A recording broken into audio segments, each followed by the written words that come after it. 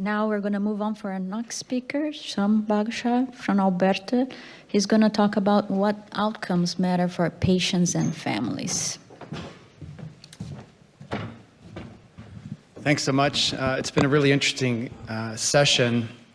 As I've been listening to the talks, I've been trying to reconcile with the task that Ravi gave me here, which was speaking a little bit about what endpoints matter to patients and their relatives. And just interesting hearing the other talks and how some of these talks sort of naturally rise to the surface, other endpoints or outcomes of AKI and related illness that may warrant consideration. So I'm going to go through this a little bit, and I'm curious to know, what feedback you would have if you were put in the shoes of a patient or a family member of a patient who had some severe illness and acute kidney injury. I think when we're asking about what's important to patients and families, it really, in my view, comes down to three high-level questions, right?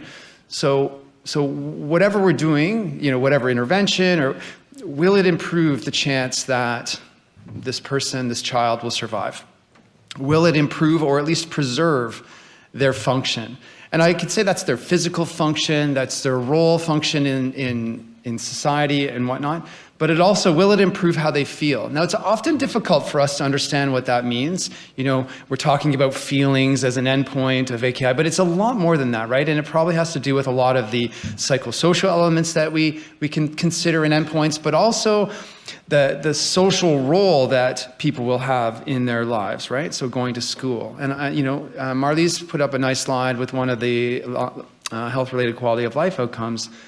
And those that had moderate to severe AKI, it just gravitated again that like 28% of them or something were able to drive a car 3 to 6 months after their episode of critical illness. So the roles that we have and the outcomes that we look at are vastly different. Now, this is an older process that was done, I think, in 2010, 2011 by Dale Needham and colleagues, really trying to survey and understand the spectrum of potential endpoints and outcomes that we would look at as sort of intensive care nephrology researchers.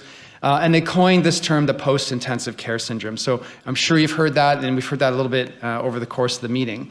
And the goals really here were to understand the long-term outcomes of ICU patients and their families, identify key stakeholders and develop relationships that can help inform those outcomes and endpoints, identify strategies and funding to better meet the long-term needs of patients and families, in terms of what we've measured related to their outcomes, and explore how stakeholders can contribute to improving long-term outcomes. So I want to pause on that one for a second, explore how stakeholders can contribute to improving long-term outcomes, right? So that's really interesting to me. I look at this list of, very esteemed investigators. They're certainly interprofessional. They're physicians, but they're also, experts in rehabilitation, experts in pharmacy, all kinds of things. There's some advocacy groups that are represented there. But what I couldn't be clear about when I reviewed the paper in some detail was whether there was any clear patient or family member advocates that had been through critical illness. And so I just want to touch on that. One of the things that I think we now need to recognize and do better is integrate people with lived experience in our assessments of clinical studies and outcomes. So what is a person with lived experience? It's defined as persons regarded as experts by firsthand experience with a diagnosis or a health condition. So these are patients, these are parents of children, these are family caregivers. And people with lived experience have seldom been directly asked what outcomes, what endpoints are most important to them in a given context. And I think there's been work done on this in the last few years, there's no doubt, but they've seldom been directly involved in the research process. And I'll go through what I mean by directly involved in the research process. So one of the things that, it's worth doing sometimes is just asking people with lived experience what's important to them, right? Like going right to the source. So this is a quote by Darcy Duquette, who is a survivor of critical illness and severe acute kidney injury that was treated with renal replacement therapy.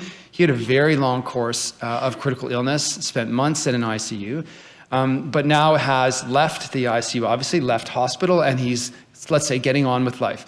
And he's actually been a very strong patient voice in a lot of the work that we've been doing in Alberta. But I sent him an email a couple of weeks ago in preparation for this thinking, okay, Darcy, can you tell me, in your recollection of your experience in the ICU and receiving dialysis and all this, tell me, what was the most important endpoint that you experienced?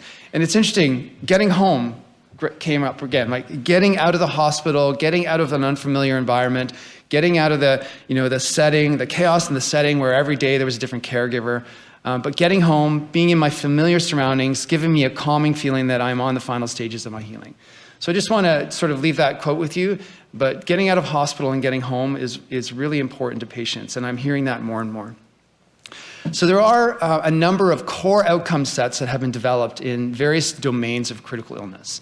And a lot of these do focus on endpoints that have, patient-centered or important outcomes, and address the themes of survival, of the occurrence of adverse events. And let's be clear, if patients suffer major adverse events in their course of critical illness, those can have a legacy and a long-term negative impact. But the big one really is around life impact, I think, right? So life impact is a nice way to bundle a lot of different sort of, difficult to measure perhaps, or difficult to understand and reconcile endpoints. But it includes quality of life, which we've heard a little bit about, the neuro and psychological recovery, the physical function and the disability, the daily function, the return to work, the return to school for children, and social function in society.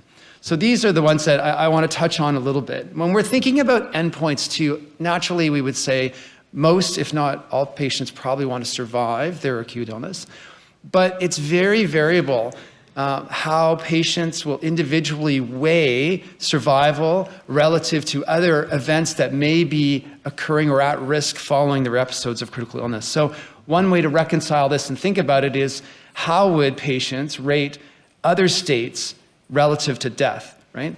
And here's some examples of where patients rate or perceive states that are worse than death. And they're largely focused on, how they function and how they feel. But patients who have bowel and bladder incontinence, patients who are reliant on a mechanical ventilator, who cannot get out of bed without assistance, are confused all the time. In this survey of acutely ill patients in the hospital, they were asked these questions, and more than half of patients suggested that these states to them were actually in fact worse than death. So something to reconcile when we're thinking about endpoints. And this is a very nice, interesting study as well. It was an inventory of all these health states that could be considered worse than death for patients. But how it was reconciled is a lot of the anxiety around these states was that it would translate into significant burdens for family and caregivers, and it would impair, to some extent, that human connection. We're social animals, so it would impair that human connection over time. And so these were part of the reasons and the rationale for which patients believed these states would be worse than death. So what about the family of survivors of critical illness? So when I not only emailed Darcy and asked him, but I actually emailed his wife and said, Vicky, can you tell me, in your experience with Darcy's critical illness, what was it that was the most important for you? And it's interesting, they answered independently. They probably talked, mind you, but when you have been in the hospital and at the lowest of lows, your outlook changes when you come home. You can breathe, and you know that you have an uphill battle, but the future looks bright. So again, there's a lot of gravity around getting out of hospital and getting home. And I think we've seen a number of studies and trials in the last few years starting to look at the endpoints of out of hospital and at home. And I imagine this is adult, but I imagine that would be critically important for children as well. There are other endpoints that we could look at that I'm not sure how to reconcile in interventions around, let's say, critical care nephrology. But I showed this slide the other day too, and there is this concern that family members, when confronted with decision-making in the ICU, can experience considerable regret around those decisions. So this whole idea around decisional regret is far more common than you appreciate. Now, this is a secondary analysis of a clinical trial done in Pittsburgh, and this is led by one of our new faculty members, Sarah Anderson. But you can see the proportion of family members that suffered some moderate to severe decisional regret about their experience in the ICU. 3/4. It's really quite impressive. The other thing is, can we focus on caregivers to some extent? Of course, patient is the center of the circle of care, but persons with lived experience to also integrate caregivers. And so this is some work done by colleagues in the University of Toronto, and they're really looking at the sort of the mental health and the general overall mood of caregivers of patients who are critically ill. And what's amazing is that lots of anxiety, lots of depression, lots of suppressed mood in the 3 to 6 to 12 months after. Naturally, you can see really early on, it's very high, and it improves over time, but it correlates probably with the outcome experienced by the patient as well. Now, when we were writing a little review article and trying to reconcile some of the outcomes that may be important to patients and their families, this article is very interesting to me. This is a secondary analysis of an ARDS trial looking at some of the financial toxicity that may occur following critical illness. Now, to be fair, this is anchored in the US, so this is not probably the same for all jurisdictions, but these quotes to me are so disheartening to hear that people get sick and they're critically ill, they're supported in an ICU, they're on dialysis, they recover to leave hospital. And then the legacy of that illness is not simply just the cognitive, the physical function, the role social, but actually the idea that they are cripplingly paying for medical bills over time. And there's no doubt in my mind, nothing can stress people out more than a little financial strain. So imagine that you're dealing with the depletion of your retirement savings to pay for care that you received 6 months ago. So I just think this idea around financial toxicity is very interesting to me. I'm not sure how we would put that into a study for outcomes, but it is something that warrants consideration. Finally, I just want to mention beyond survival, and when we talk about persons with lived experience, there's mechanisms that we can probably have patients, families, children actually directly report on their outcomes and experiences. So I was intrigued by Marlise's study from Seattle Children's Hospital, where they're, at the time of kids being discharged from hospital perhaps, they're actually asking them, validated questionnaires around what is your quality of life like, what is your function like right now. So it's not only outcomes that can be reported by patients, children, and their caregivers, but their experiences can be reported as well. And those experiences, to some extent, are critically important that probably tie potentially causally to a lot of the other outcomes that are occurring downstream. So these PROMs and PREMs can now be, there's tons of these validated instruments. Some of them are kidney specific, and these can be integrated into electronic health records. And they can be, there's lots of, sort of sophisticated means by which these can be reported for experiences with every encounter in healthcare or multiple encounters over time. Now, finally, I know that it was touched on yesterday, the endpoints ADKey in the last session last night. But one of the questions, and I was fortunate to participate in this ADKey that was focused on endpoints, but my group also focused on, how can patient-centeredness be integrated as a foundational principle in the co-design, performance, outcome evaluation, and honestly, dissemination of results of clinical trials in AKI. And so we made some statements and made some recommendations that largely said, and I think this is being done to some extent in other spheres and domains of medicine in general, but certainly in critical care. And I think there's been other sort of specialties that have been far, far ahead of us than this. But we recommended that stakeholders in the research process acknowledge the fundamental importance of perspectives of persons of lived experience in the design and selection of endpoints in clinical trials. That they're involved in the clinical trial process, including the co-design, prioritization of endpoints, and then directly informing what may be important in these clinical studies.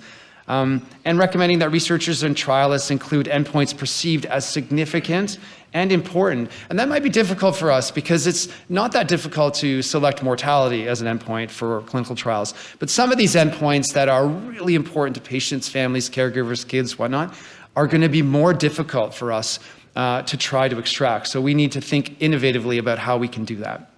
And this is just a figure that came from the ACCI meeting, sort of suggesting how people with lived experience might be integrated into the research process as a core member of that team all the way through, right?